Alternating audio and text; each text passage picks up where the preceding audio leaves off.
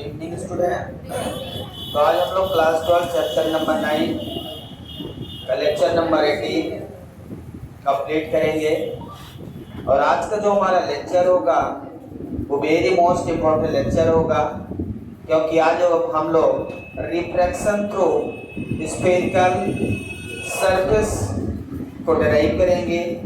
और किसी भी स्फेरिकल सरफेस में जो हमारा कॉन्वेक्स लेंस होता है, कॉन्केव लेंस होता है, इनमें दो सरफेस होती है। तो आज हम लोग जो डेरिवेशन करेंगे वो दोनों सरफेस पे किस तरह से हमारा लाइट का रिफ्लेक्शन होगा जब लाइट रेज एयर से ग्लास में और ग्लास से एयर में जाएगी। तो इसी का डेरिवेशन आज हम लोग को करना है, क्योंकि ये वेरी मोस्ट इम्पोर्टेंट डेरिवेशन होगा। और इसी पर बेस्ड आगे होगा हमारा लेंस मेकर फार्मूला।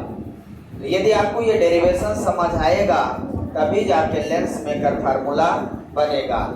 और ये दोनों क्वेश्चन और में रहेंगे, एक लेंस मेकर फार्मूला और ये डेरिवेशन जो करने जा रहे हैं 4 मार्क्स का आता है हर साल। तो 4 मार्क्स का ये क्वेश्चन है, आप इसको अच्छे से समझेंगे। तो हेडिंग लगाएंगे आज की हेडिंग है refraction through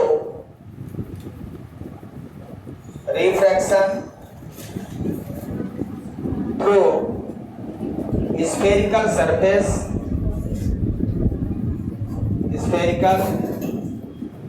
surface when light rays incident from rarer medium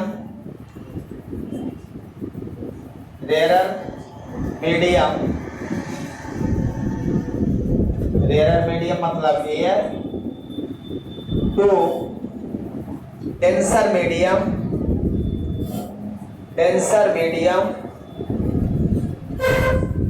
मतलब glass.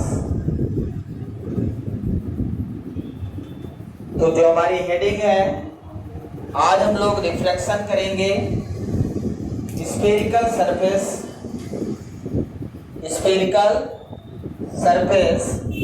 when light rays incident from rarer medium to denser medium। तो रिफ्लेक्शन करेंगे, ठीक है। तो अभी लाइट रेज रेयर मीडियम से डेंसर में जाएगी, मतलब हमारा ऑब्जेक्ट रेयर मीडियम में होगा और रिफ्लेक्शन रेयर से डेंसर में होगा। उसके बाद फिर डेंसर टू रेयर करेंगे, ठीक है ना। तो डेरिवेशन जो करेंगे वो रेयर टू डेंसर ही करेंगे, और डेंसर टू रेयर जो होगा वो समझा देंगे कैसे। बिल्कुल एक छोटा सा चेंज करना पड़ेगा और डेरिवेशन सेम रहेगा, ठीक है। तो रिफ्लेक्शन हमारा क्या है, denser medium, rare medium to denser medium. इसमें ऑब्जेक्ट जो हम रखेंगे, object kept object in rare medium.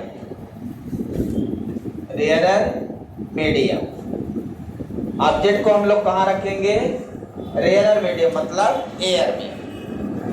अब कोई भी लेंस हम बनाते हैं, मान लीजिए हमने कॉन्वेक्स लेंस बनाया।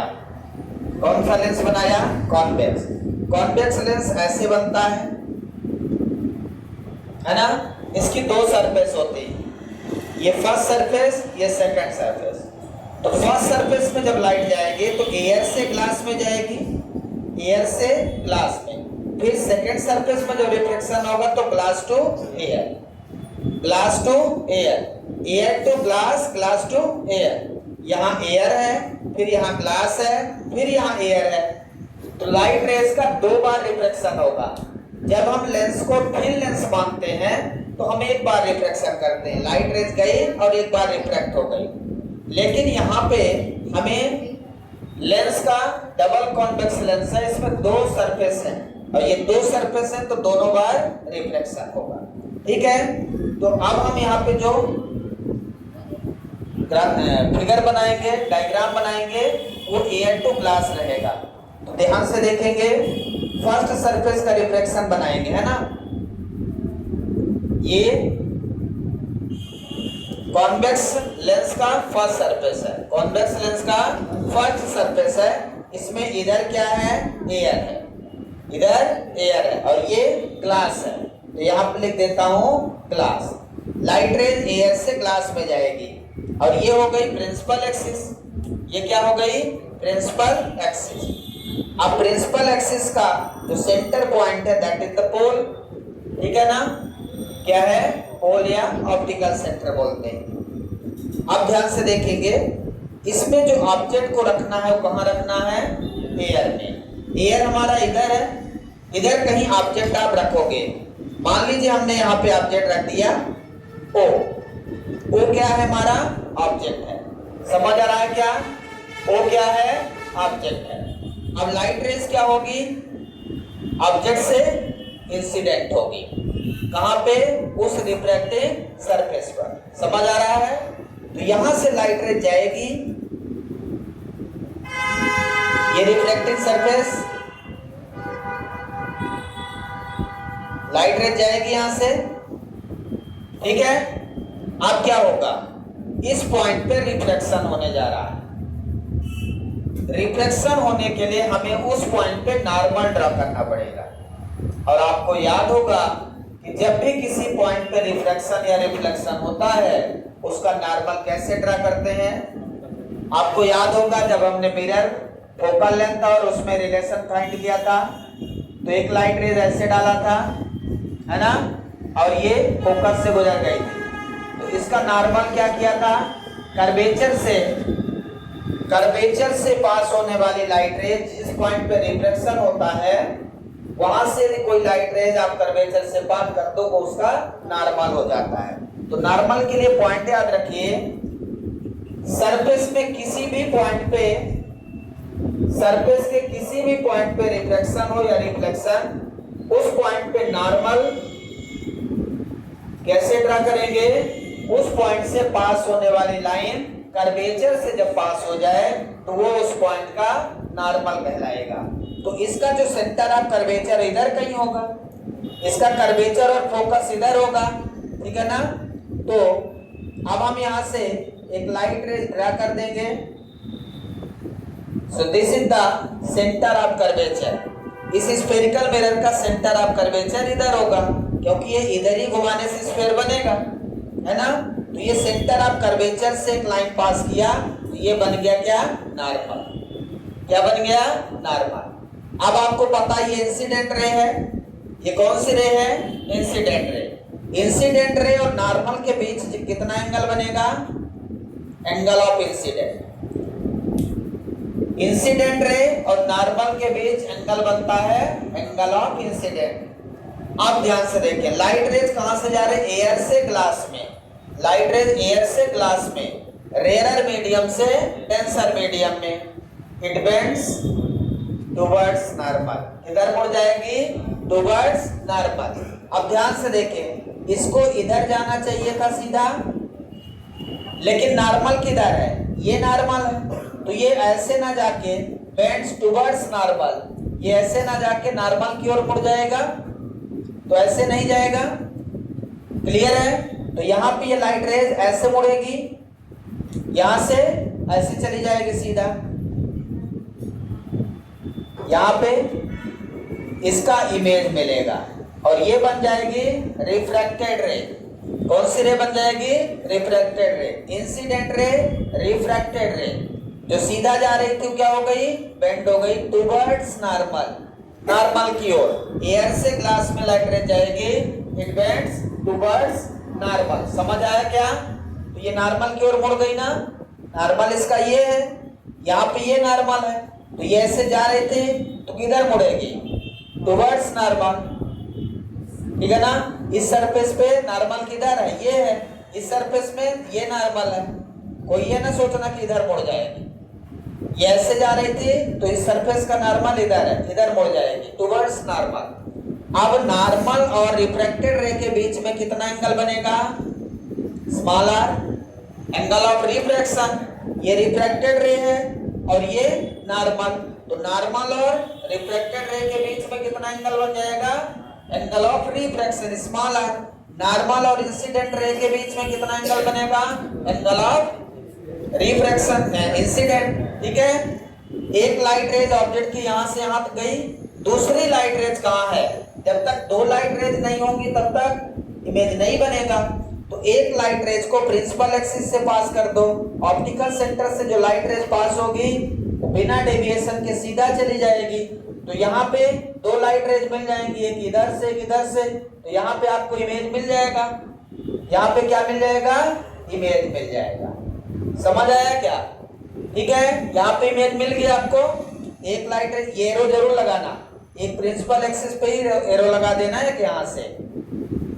अब यहाँ का जो एंगल बन रहा है, मैं मानता हूं ये एंगल अल्फा है, ऑब्जेक्ट का एंगल अल्फा है, यहाँ का एंगल बीटा ले लेता हूं और यहाँ का एंगल गामा ले लेता हूं, अल्फा बीटा गामा।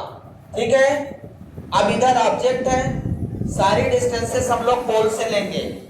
ठीक है, यदि यहां से एक लाइन ड्रा कर दे, परपेंडिकुलर लाइन, तो this is the point P dash, और यहाँ पे एक पॉइंट ले लेता हूं एम पॉइंट, यहाँ पे पॉइंट एम ले लिया हमने। ठीक है, और ये पॉइंट पी और पी डैश बहुत क्लोज है, नियरली इक्वल है। ठीक है, अब ऑब्जेक्ट इधर है, यू डिस्टेंस ऑब्जेक्ट की, और यहां से ये डिस्टेंस रेडियस, पोल से सेंटर ऑफ कर्वेचर तक की डिस्टेंस को क्या बोलते हैं? Radius of curvature. और इमेज यहां बन रहा, तो यहां पे डिस्टेंस जो बनेगी वो हो जाएगी image distance. Distance of image B से डिनोट करते हैं, डिस्टेंस ऑफ ऑब्जेक्ट यू से डिनोट करते हैं, रेडियस ऑफ कर्वेचर को आर से डिनोट करते हैं, वो यहां से यहां तक की डिस्टेंस होगी। क्लियर है? डायग्राम अच्छे से बनाइए पहले, उसके बाद डेरिवेशन करते हैं आगे। तो यहाँ पे एयर है, इसका रिफ्रैक्टिव इंडेक्स μ1 लिख देता हूँ, इधर का रिफ्रैक्टिव इंडेक्स μ2 है। रिफ्रैक्टिव इंडेक्स रेयरर मीडियम, इधर रेयरर मीडियम है। ठीक है, एयर है, इधर डेंसर मीडियम। कौन सा है? डेंसर। अब हमें यहां से एंगल आई और एंगल आर की वैल्यू फाइंड करना है। तो ध्यान से देखेंगे, in triangle O M C, triangle O M C, triangle O M C, triangle दिख रहा है आपको? ट्रायंगल ओ एम सी, यहां पे दो इंटीरियर एंगल का सम एक एक्सटीरियर एंगल के बराबर होता है। ज्योमेट्री आपने पढ़ा है। तो ये ट्रायंगल जो बन रहा है, ट्रायंगल कौन सा बन रहा है? ध्यान से देखिए, ओ एम सी, यहां बन रहा अल्फा, यहां बन रहा है गामा, और यहां बन रहा है आई एंगल। ये एंगल अल्फा, ये एंगल गामा और ये angle I, O M C, O M C. तो यहाँ अल्फा, यहाँ गामा, यहाँ आई। तो दो एक्सटीरियर एंगल का सम दो इंटीरियर एंगल का सम एक एक्सटीरियर एंगल के बराबर होता है। मैं ऐसा लिख सकता हूं यहाँ पे, exterior angle equal to sum of interior opposite angle. ठीक है, exterior angle equal to sum of interior opposite angle, मतलब एक्सटीरियर एंगल ये और इसके अपोजिट एंगल इंटीरियर एंगल। इसका अपोजिट इंटीरियर एंगल क्या है? अपोजिट मतलब इसका इंटीरियर नहीं, ये तो एक्सटीरियर हो गया। अब एक इंटीरियर यहाँ, इसको नहीं लेना, इसके अपोजिट लेना है। ठीक है ना? अपोजिट में कौन आएगा? ये और ये। ठीक है, तो हम इस रूल के हिसाब से क्या लिख सकते हैं? I equal to alpha plus gamma. समझ आया क्या? ये रूल याद रखना, exterior angle equal to sum of interior opposite angle. ठीक है, ट्रायंगल में ज्योमेट्री होती है कि ये एक्सटीरियर एंगल है और ये दो इंटीरियर अपोजिट एंगल, मतलब इसका इंटीरियर ये वाला नहीं लेना, अपोजिट वाले लेना है। क्लियर हो गया? समझ आया क्या? ये लाइन समझ आई? I equal to alpha plus gamma equal to I, alpha plus gamma equal to I. Clear है? हमें सबसे पहले एंगल इंसिडेंट और एंगल ऑफ रिफ्रैक्शन चाहिए। अब एंगल ऑफ रिफ्रैक्शन के लिए ये वाला ट्रायंगल ले लें, ध्यान से देखें। एक ट्रायंगल कौन सा? ये वाला MIC, ठीक है ना? कौन सा? MIC एंगल, यह IMC ट्रायंगल IMC। यदि यहाँ पे बनाए इस ट्रायंगल को,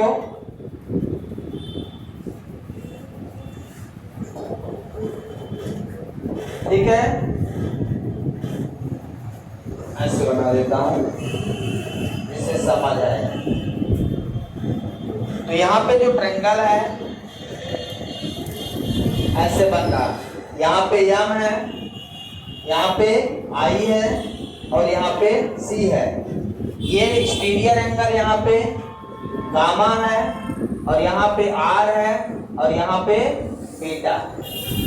समझ आ रहा?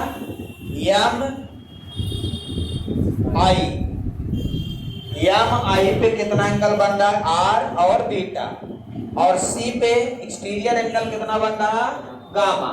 तो मैं लिख सकता हूं यहाँ R plus beta equal to gamma. ये R है, ध्यान रखिए, ठीक है। तो मैं क्या लिख सकता हूं यहाँ पे? दो इंटीरियर एंगल का सम, मतलब R plus beta equal to gamma.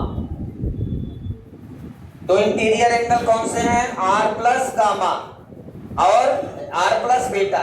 R plus beta equal to gamma. Exterior angle यहाँ पे क्या है? गामा।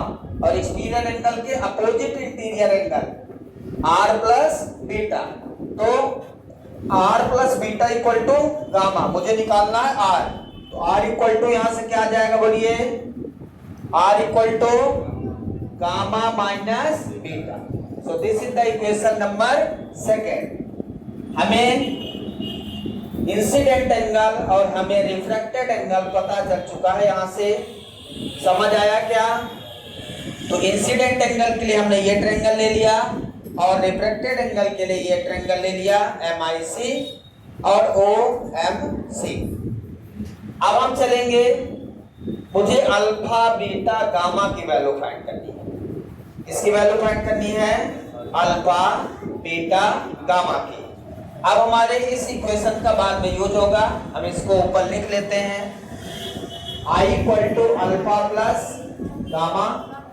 ये आपको नहीं लिखना है, हमारे यूज के लिए, हमको भूल ना जाए कहीं तुम लोग पे उल्टा बता देते हो, तुम लोगों से पूछना बेकार है, इसलिए मैं अपनी सुविधा के लिए इसके ऊपर लिख लिया हूँ, बाद में हमें यूज आएगा और इसको मिटा देता हूँ। ठीक है, ये सब लिख लिया आपने? लिख लिया कि नहीं? लिखिए जल्दी से। इसके बाद देखते हैं, अब मुझे फाइंड करना है क्या? मुझे फाइंड करना है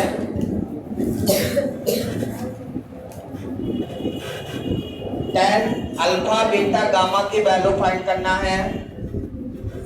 तो इन ट्रायंगल अल्फा के लिए MOP P dash, triangle MOP dash, triangle MOP dash, ठीक है ना? तो ट्रायंगल MOP डैश से मुझे tan अल्फा की वैल्यू फाइंड करनी है। What is tan alpha? Perpendicular by base. tan alpha equal to perpendicular by base. Perpendicular है MP डैश और बेस है OP dash, OP dash. Clear है? So this is the tan alpha. tan alpha equal to M P dash perpendicular by base O P dash.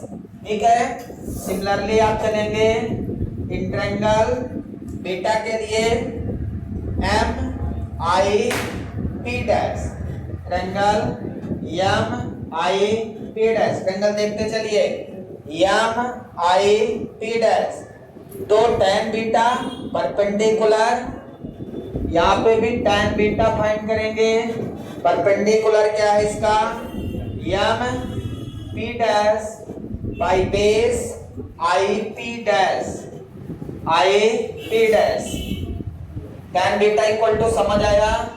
इसके बाद gamma के लिए चलेंगे in triangle M C P dash, in triangle M C P dash, M C P dash, tan gamma equal to perpendicular M P dash by base C P dash. Clear है, हमने क्या find कर लिया, the value of tan alpha, tan beta and tan gamma. ठीक है ना, tan alpha, tan beta and tan gamma. इस तरह से अब हमें इसमें से अल्फा बीटा गामा की वैल्यू निकालनी है। किसकी वैल्यू निकालनी है, अल्फा बीटा और गामा की वैल्यू निकालनी है। अब ये जो पॉइंट है ये P और P डैश, जो P डैश पॉइंट है ये P के बहुत क्लोज है। फॉर थिन स्फेरिकल लेंस, यदि लेंस बहुत पतला है तो उसके हिसाब से अप्रोक्सीमेशन चल जाएगा, एजम्पशन है, हम ऐसा मान के चल सकते हैं कि नहीं। For thin spherical lens the point P dash very close, the point P dash very close to point P, point P dash कहाँ है, very close to point P। इसका मतलब यहाँ पे जो MP डैश है, अब यदि थिन स्फेरिकल सरफेस है तो इसमें जो रिप्लेसमेंट होता है वो क्या होता है, आपको याद होगा यदि साइन थीटा हो और थीटा टेंस टू 0 हो तो उस समय हम उसको थीटा लिखते हैं। थीटा यदि बहुत छोटा हो, ठीक है ना, उस समय थीटा टेंस टू 0 हो तो वो एंगल बहुत छोटा हो जाता है। तो यदि ये पॉइंट यहाँ आ जाए तो ये इसका एपर्चर बहुत छोटा हो जाएगा और यह पॉइंट को हम बहुत पास मानेंगे इसके। ठीक है ना, तो ये जो पॉइंट है जो रिप्लेसमेंट होने जा रहा है, क्या रिप्लेसमेंट होने जा रहा है, M P dash equal to M P हो जाएगा और O P dash equal to OP, OP dash equal to OP और M P dash equal to M P. P dash replace by P, मतलब जहां पी डैश है उसको P लिख देंगे और I P dash equal to I P और C P dash equal to C P. ये रिप्लेसमेंट हो जाएगा और रिप्लेसमेंट हो जाएगा tan अल्फा एग्जैक्टली और नियरली इक्वल टू कितना हो जाएगा, alpha. tan alpha equal to alpha, tan beta equal to beta और tan gamma equal to gamma. ठीक है, ये रिप्लेसमेंट यहाँ पे होने जा रहा है। तो P डैश पॉइंट यदि बहुत पास है, बहुत थिन है, तो इसका एपर्चर बहुत कम हो गया। इस तरह से tan alpha replace by alpha, tan beta replace by beta, tan gamma replace by gamma. तो अब ये रिप्लेसमेंट करने के बाद हमारी अल्फा की वैल्यू क्या हो जाएगी, alpha equal to M P by O P और बीटा इक्वल टू हो जाएगा M P by I P gamma equal to हो जाएगा MP बाई CP। ये रिप्लेसमेंट होने के बाद हमें अल्फा बीटा गामा की वैल्यू मिल चुकी है। ये जो अल्फा बीटा गामा है इसकी वैल्यू हमें मिल चुकी है। ठीक है, अब इसकी वैल्यू का यूज हम लोग इस इक्वेशन में करेंगे और स्नेल्स लॉ के माध्यम से अब हम आगे इसको सॉल्व करने जा रहे हैं। तो यहाँ तक आप लिखिए पहले, इसके बाद आगे बढ़ते हैं। सब लिखना है, पहले ये लिखना है यहाँ तक, उसके बाद ये लिखना है। ये नहीं लिखना, ये तो हम अपने काम के लिए रखे हैं, बाद में यूज करेंगे। आपको यहाँ से यहाँ तक लिखना है, उसके बाद फिर ये अल्फा बीटा। अब ये रिप्लेसमेंट होने के बाद ये मिल चुका है, यहाँ के बाद ये लिखना है। रिप्लेस हो चुका है मतलब आपको अल्फा बीटा गामा की वैल्यू मिल चुकी है। समझ आया? यहाँ तक नोट डाउन करिए जल्दी, इसको बता देते हैं। अब हम इसमें स्नेल्स लॉ का यूज करेंगे, बाय यूजिंग स्नेल्स लॉ। अब आपको स्नेल्स लॉ लगाना है इसमें। तो लाइट रेज एयर से ग्लास में जा रही है, तो स्नेल्स लॉ क्या कहता है? Sine I by sine R या A mu G equal to, A mu G लिखेंगे ना, ए म्यू जी। आपको याद है ए म्यू जी को हम लोग mu G by mu A लिखते हैं, equal to sine I by sine R. ठीक है, तो यहां से हम डायरेक्ट लिख दें sine I by sine R equal to mu G by mu A. का मतलब यहाँ का रिफ्रैक्टिव इंडेक्स ग्लास का क्या है? म्यू टू, और एयर का क्या है? Mu one. तो मैं इसको लिख सकता हूँ mu two by mu one. Sine I by sine R equal to mu two by mu one. समझ आया क्या? ये स्नेल्स लॉ लगा दिया आपने। अब इसको क्रॉस मल्टीप्लाई कर दें, mu one sine I equal to mu two sine R. अब एंगल बहुत छोटा है, यदि ये अप्रोक्सीमेशन है तो आई भी बहुत छोटा हो जाएगा और आर भी बहुत छोटा हो जाएगा। तो यहाँ पे angle I and angle R very small. इसका मतलब है sine I is equal to I and sine R is equal to R.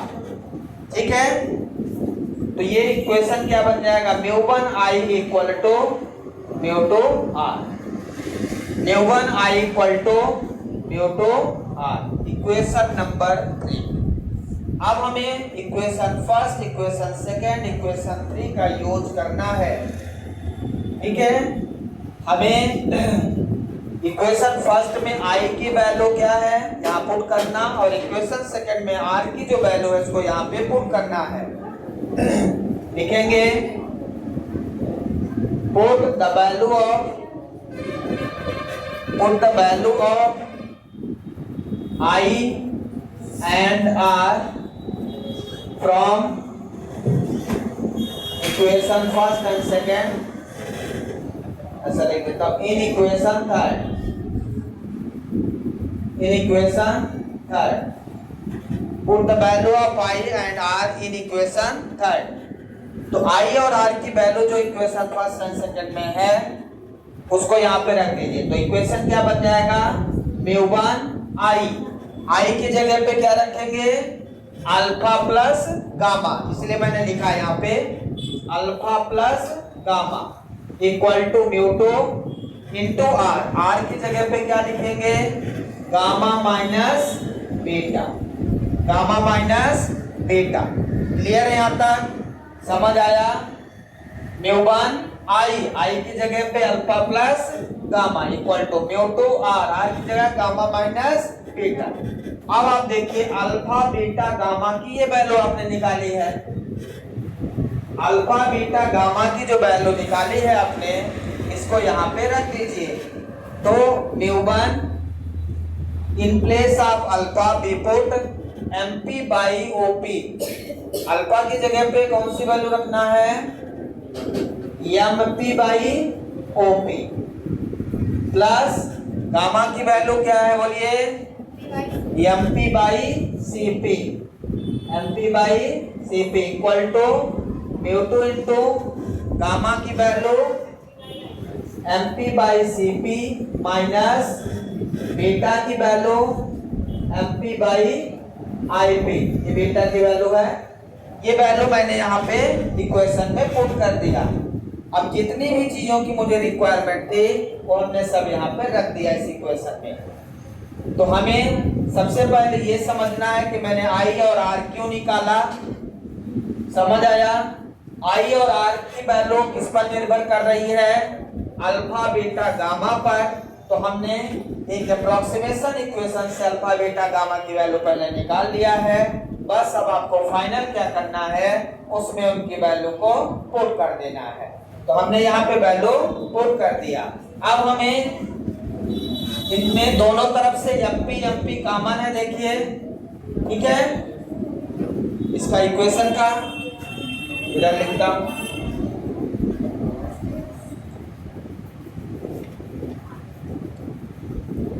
Equation को ध्यान से देखें। MP कॉमन ले लें। MP इंटू μ1, यहां ऊपर से MP कॉमन हो जाएगा।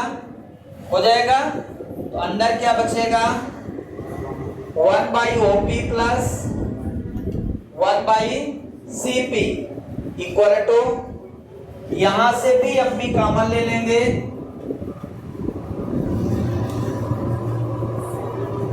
MP इंटू μ2, दोनों से MP कॉमन हो गया। क्या बचा? 1 by CP minus 1 by IP। MP से MP कट गया, UP बचा। 1 by OP plus 1 by CP equal to μ2 1 by CP minus 1 by IP। अब हम फिगर पे चलेंगे और ये देखेंगे कि OP, CP और IP की वैल्यू क्या है। फिगर को ध्यान से देखें। आपको OP की रिक्वायरमेंट है। OP क्या है? यहाँ से distance of object. According to sign convention लेंगे तो माइनस U लेंगे। तो OP इक्वल टू हम लिखते हैं सीधे minus U। According to sign convention ध्यान से देखें, ये लेफ्ट साइड की डिस्टेंस है तो माइनस U हो गया। अब हमें चाहिए CP देखिए इधर है, radius of curvature. According to sign convention ये पॉजिटिव है तो कैपिटल R लिख देंगे। और जो IP है वो डिस्टेंस ऑफ इमेज है। अकॉर्डिंग टू साइन कन्वेंशन क्या है? IP V है, पॉजिटिव है। इन तीनों में केवल U नेगेटिव है, बाकी R और B पॉजिटिव है। समझ आया क्या? ये समझ आएगा तो बस अब यहाँ वैल्यू रख देना है, ठीक है। इधर लिख दिया क्या आपने? इधर लिखा, लिखिए जल्दी। इधर का पहले, फिर यहाँ पर लिखिए, इसके बाद इधर लिखिए। अब इसको केवल सॉल्व करना है, बाकी कुछ काम नहीं है। ये वैल्यू यहाँ पुट कर दें। μ1 1 upon OP in place of OP we put minus U plus 1 upon CP in place of CP we put capital R equal to μ2 1 upon CP in place of CP we put capital R minus 1 upon B। IP की जगह B रख दिया। अब इसमें μ1 का ऊपर multiply कर लें तो ये हो जाएगा minus μ1 by U plus μ1 by R equal to μ2 by R minus μ2 by B। समझ आया? अब R को एक तरफ कर लें, इसको इधर लाएं, μ2 बाई B को इधर लाएं, μ2 by B minus μ1 by U equal to mu two by R, इसको उधर ले जाएं, minus mu one by R. ये हो गया mu two by B minus mu one by U equal to R LCM ले लेंगे, क्या बनेगा ये mu two minus mu one. यही प्रूव करना था। क्या प्रूव करना था? प्रूव क्या करना था? ये नहीं दिया था, चलिए कोई बात नहीं। हमें प्रूव क्या करना था? इस इक्वेशन को मुझे प्रूव करना था, जो वेरी मोस्ट इंपॉर्टेंट इक्वेशन है, कभी ये प्रूव करने के लिए आ जाता है और ये तो बनना ही चाहिए आपसे। अब ध्यान से देखिए, इसमें एक रिप्लेसमेंट और आता है। म्यू वन जो है रिफ्रैक्टिव इंडेक्स किसका है? एयर का। क्या है? Mu one equal to 1 for air के लिए। अब ये रिप्लेसमेंट करेंगे। यदि ऑब्जेक्ट एयर में है तो एयर का रिफ्रैक्टिव इंडेक्स म्यू वन लिया था, उसका कितना हो जाएगा? 1 हो जाएगा। एंड म्यू टू क्या है? Mu two equal to mu for glass, मैं उसको म्यू ले लेता हूं। ग्लास का रिफ्रैक्टिव इंडेक्स क्या है? म्यू है, ठीक है ना। अब ये रिप्लेसमेंट करेंगे तो म्यू वन की जगह 1, म्यू टू की जगह म्यू रख देंगे, ठीक है। तो यहां पे क्या बन जाएगा फार्मूला? ये mu by B minus 1 by U equal to mu minus 1 by R. ये भी आपको प्रूव करने के लिए आता है। Prove that mu by B minus 1 by U equal to mu minus 1 by R. ये हमेशा आता है 4 मार्क्स का, इसलिए आपको ये ध्यान रखना है। Mu by B minus 1 by U equal to mu minus 1 by R. कैसे आ समझ आया? बस इस इक्वेशन में म्यू वन एयर में है तो एयर का रिफ्रैक्टिव इंडेक्स 1 होता है और म्यू टू कहाँ है? ग्लास में है, तो ग्लास का रिफ्रैक्टिव इंडेक्स कितना होता है?